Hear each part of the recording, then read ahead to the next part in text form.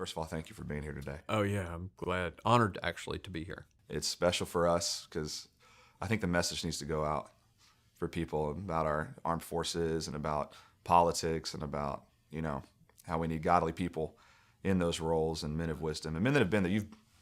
You've been in conflict. Yes, I have, yeah. Tell me about that. I got the unbelievable opportunity to serve with an organization called the 160th Special Operations Aviation Regiment, also called the Night Stalkers. Do all their missions at night, so to speak. And in that role, I was their flight surgeon, their doctor. They fly our Tier 1 special operators, the counterterrorism, elite counterterrorism guys, and I got to be their doctor, so it was pretty amazing. And did 2 trips to Iraq and 1 to Afghanistan. So, what's that like being with the Night Stalkers? Well, it's really very rewarding because every single person that's on the team is fighting to stay on the team and fought to get on the team. So it's sort of like being, I guess, on a Super Bowl championship team. I mean, you're in the very best of the very best, and people are really doing everything they can to stay on the team. And everybody's sitting there going, am I good enough to be here, right? And how many organizations, you think of the companies that are represented in your church, how many people come to those businesses every day wondering if they're good enough to be at that company? But where I was assigned, every day we wondered, gosh, I got to do something special just to stay on this team. So it's pretty cool. What's some of the things you learned from those guys? I think most of all, culture. What I took away from my experience in special operations and then put to use in my company that I started was this concept of we before me. The motto of the culture of our organization in special ops was, we before me, and we actually had that sewn into baseball caps that we wore around, things like that. So when I started my company, it was we before me. Let's put the organization ahead of ourselves, so to speak. And I think we created a pretty good company too because of it. Is that not the gospel? It pretty much is, right? It pretty much is. Love God, love people. That's right. That's exactly right. Everyone ahead of us, serving people. Well, Luke 14, that passage where he catches them arguing, and he says, no, you got it wrong.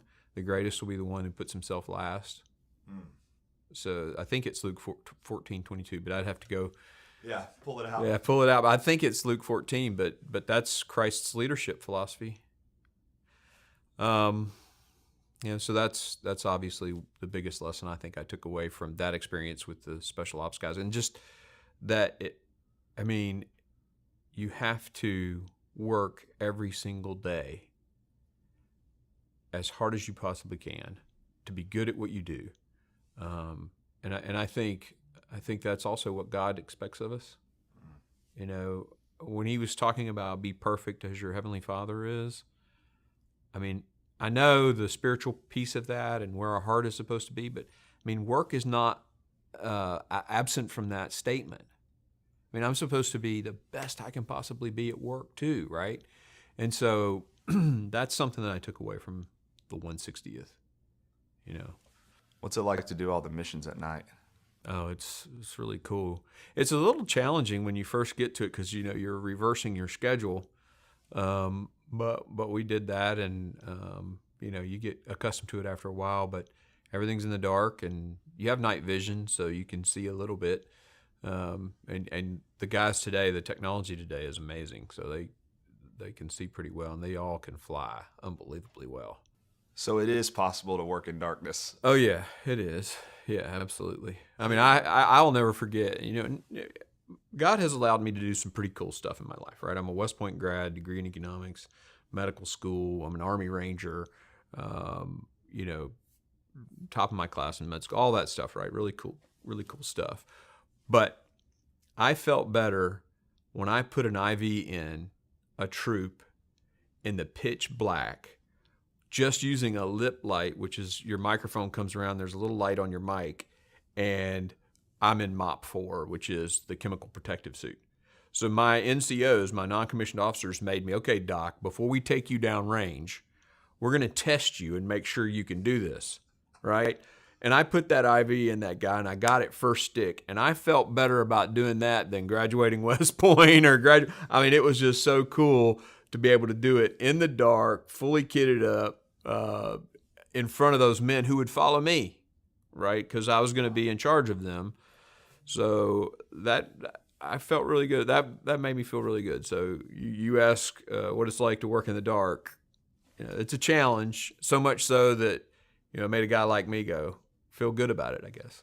What when you did it, what was the relief?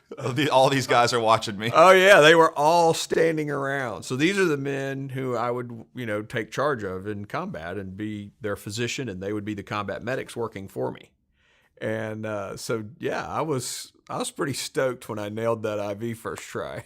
I'd done it in the ER 1,000 times. I've put central lines in people. I've coded gunshot wounds in the ER, but doing it for them to have confidence in me before we went down range, I don't know. It was a special moment for me.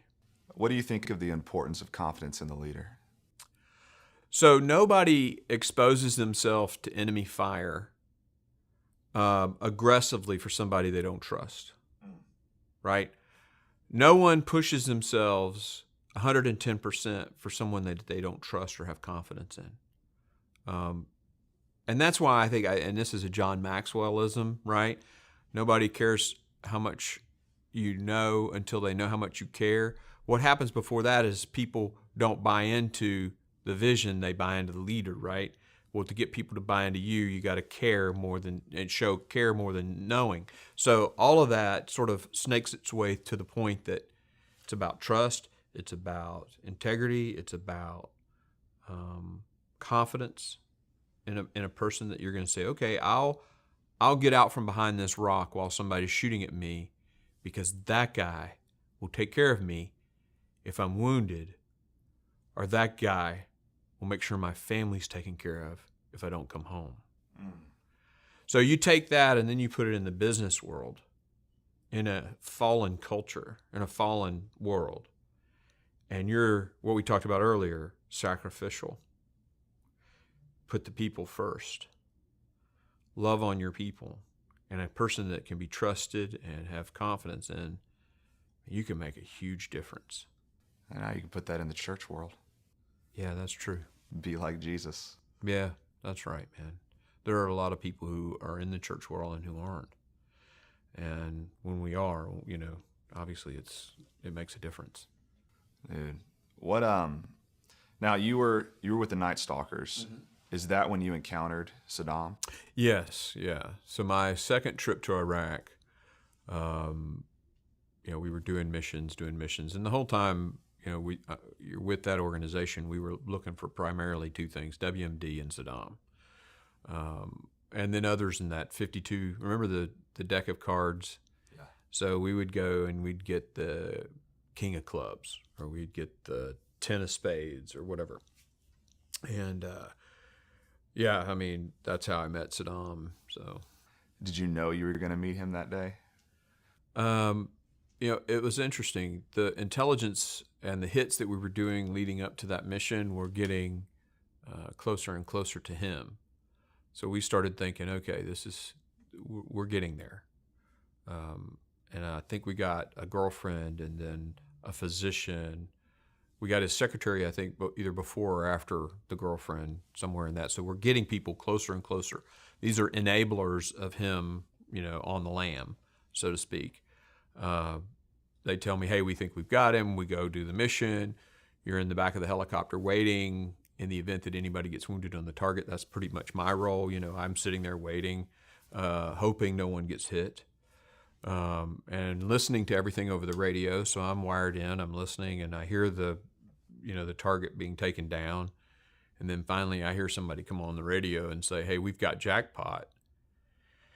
And the guy in charge of our task force was a 1-star Navy admiral.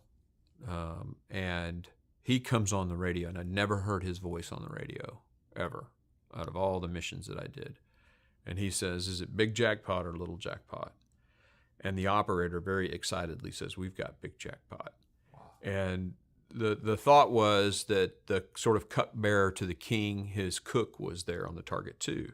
So that was a little jackpot. Saddam was big jackpot, and we got him. And I'm in the back of a helicopter, fully kitted up, body armor, medical equipment that's on me, and we're doing high fives in the back of this helicopter. It's pretty cool. And then I wind up, in the cell with him later that night, which was unbelievable. What was that like? So it's an interesting story, and I think it just kind of an answer to my mother's prayer that I'd get to be involved. But of course, I flew the mission, and my job as the flight surgeon for this unit was to go to the target, to be in the flight to the target. If anybody's wounded, to take care of them in flight back to, some kind of definitive surgical team or something. And maybe 4 weeks prior to his capture, the guy who was responsible for taking care of the detainees, so we would go and we'd get somebody and they would interrogate them at our own detention facility inside. This is just the special ops guys. So they would keep the guy for 3 or 4 days, try to get some intel, and then we'd pass him off to Big Army. We had a physician who was responsible for taking care of the health of those detainees. I covered the targets. He covered the detainees. Well, he gets called to another place and leaves that mission, and it's uncovered. So for several weeks up to just prior to the capture of Saddam, it's me doing both missions. So I'd go, we'd get a detainee, I'd fly on the mission, and then I'd go take care of the detainee. Well, the week before we capture Saddam, a new doc comes in to take over that mission. So I wasn't even supposed to be in the detention facility that night. I went over because I knew everybody just to kind of get a look at the guy and to say, yeah, that's Saddam Hussein, and I've, gotten my eyes on him, and because I knew I'd regret it if I didn't do that. So I go over to the detention facility, and I'm walking through, and all the guys are my friends because I had just had that mission jointly with my other mission, and I'd gotten to know all the interrogators and stuff like that. So I'm standing outside Saddam's cell, and for some reason, the physician that night, after doing the initial physical exam of Saddam, left. And the admiral comes in and says, hey, Mark, I really want somebody to stay with him 24/7 in case this guy, Mark tries to martyr himself. Do you mind spending this first night with him? And I'm like, wait a minute, you want me to spend the first night with Saddam Hussein on the night of his capture? Yes, sir, I'll be glad to do it. And I go in and I take this, because it's about midnight, and I think, okay, he's going to sleep, so I'll just read. And I took a Stars and Stripes newspaper in with me. Little did I know, Saddam wakes up and starts talking to me, and we start talking, and that conversation begins, and I'm taking notes from our conversation on that Stars and Stripes. And that's kind of how I got in the room. What was it like talking to him? You got to kind of put yourself in my shoes.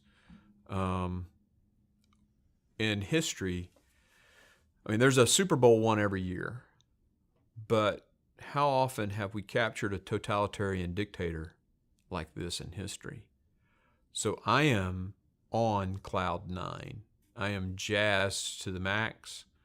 I go in the room and I'm in the cell with Saddam Hussein on the night of his capture. I was elated, to say the least. And as I'm talking to him, I remember sort of becoming enamored to him. He was very charming.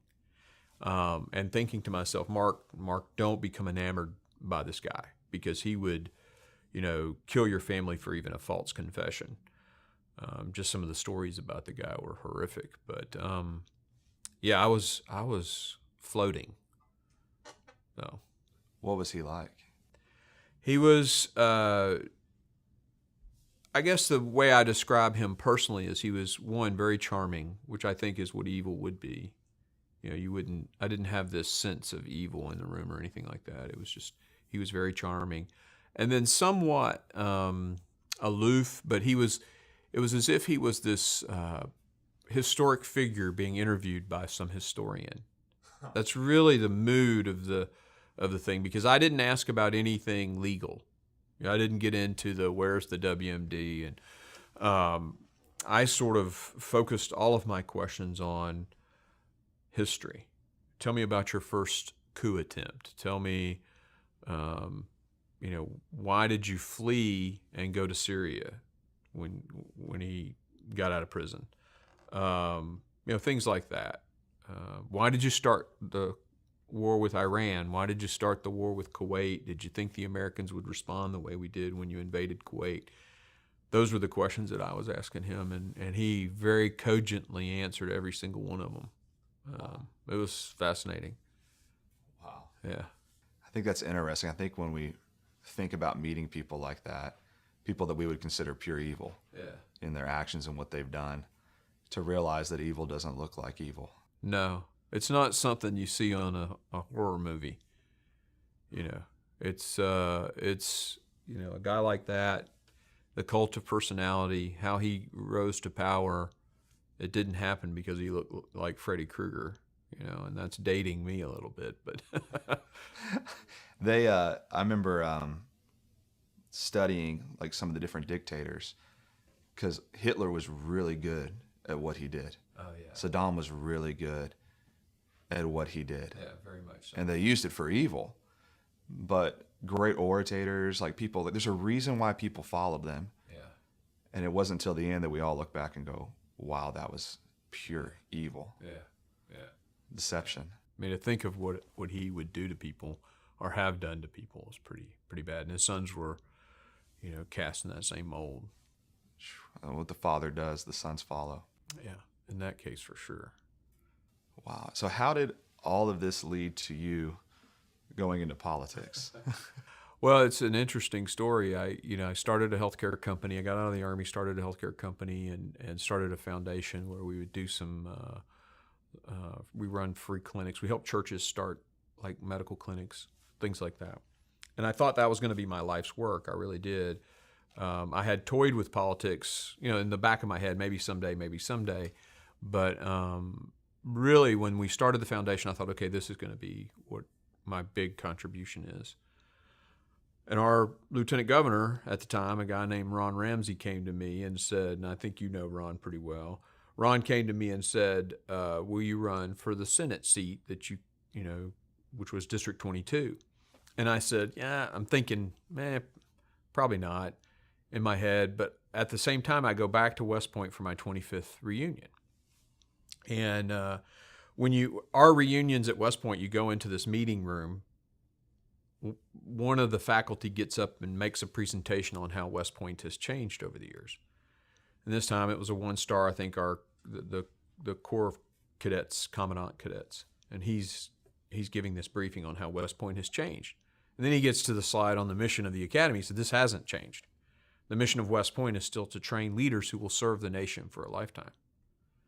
And it was like an arrow through my heart. I'm like, oh man, I took taxpayer dollars from the people of this nation to get an education at a place where the purpose was to create a leader who'd serve for their lifetime. Well, I leave that briefing and I go up onto the plane at West Point, and it's an amazing place if you've never been.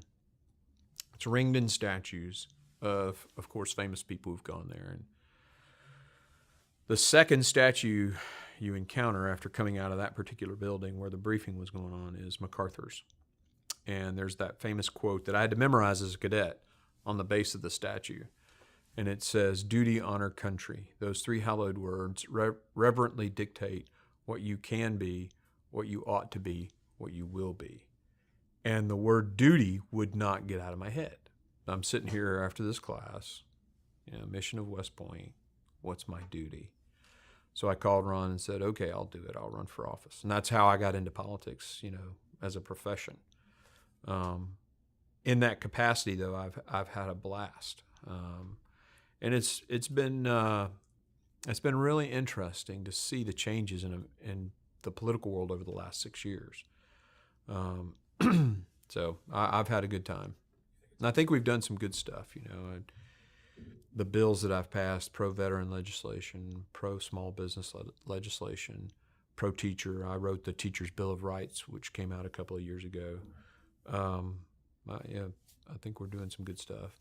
Helping people. Yeah, helping people. What's your biggest thing on your platform that you would want to get across? The national debt. I think the debt is now our biggest security threat, because we right now, in just the interest on our debt to China, send them enough money for them to buy an aircraft carrier fully loaded with planes every year. Wow. If you're looking at $23 trillion and where all the expenses and the current trajectories of entitlement spending and all of that stuff, I mean, we're looking at being 125% of debt to GDP ratio within, less than 20 years.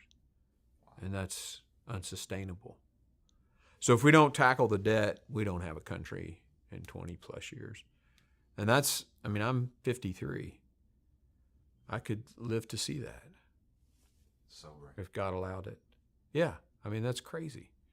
It's number one. And then number two is, I think with the tax cuts that just happened, half the equation's been taken care of. The other half of the equation is the regulation. And the president's doing a lot to cut regulations. But they're a $2 trillion weight on the economy. And if you take all of that, the millions of hours that Americans just completing paperwork for the federal government, put that back into the productivity of the economy and how many jobs that would create and how much, awesome products we'd have. But we don't get them because we're wasting time filling out paperwork for the federal government. But it's just stuff like that I think has got to get fixed. And then probably third is our military. They've just been neglected for too long. The last 8 years really devastated the U.S. military. All these recent crashes are happening for primarily two reasons. The dollars to maintain the aircraft were cut, and then the flight hours for the pilots. So the expertise of our military aviators is significantly decreased. So, we've got the money that plussed up the budget last year that President Trump got out of Congress, the Band-Aid. Wow. We have got to, 40% of our aircraft can't fly. Now, you look at the number of brigades in the Army that are actually top of the line, ready to deploy, it's phenomenally low. If I told you the number, it would infuriate you. So we've got to help our military. What do you feel like we can learn from the history of our nation in war? What can we learn from the history of our nation? I think probably what I would love people to learn is just how, I don't want to use the word benevolent, but America is this unique thing in history. In the history of mankind, most nations, when they win a war, they keep land. And all we ever have asked for is a place to bury our dead. What nation in history has ever been like that? What country in the history of mankind was attacked and then turned around after totally beating its enemy and spent billions of dollars to rebuild its enemy? The Marshall Plan. No country in history has ever done that. And yet it seems like our schools these days are teaching that America is this, talk about our flaws, we got them. But we, in the history of mankind, there is no country like America. And if you learn anything from those wars, look at who we are. Mistakes have been made, but there's no country in history that has behaved as America has, keeping peace and bringing freedom to the world. So you're running for Congress. How can we get more information on that? Yeah, sure. It's markgreenforcongress.com. And you can also get there, Mark Green, the number 4tn.com. So those are two sites that go to us. And then, of course, the Facebook page, Dr. Mark Green, is a good place to go and look at some videos and things like that. That's all. We're praying for it, man. Yeah, thanks. Appreciate you. We just need godly people. Well, thank you. We're doing the best we can. So, thanks.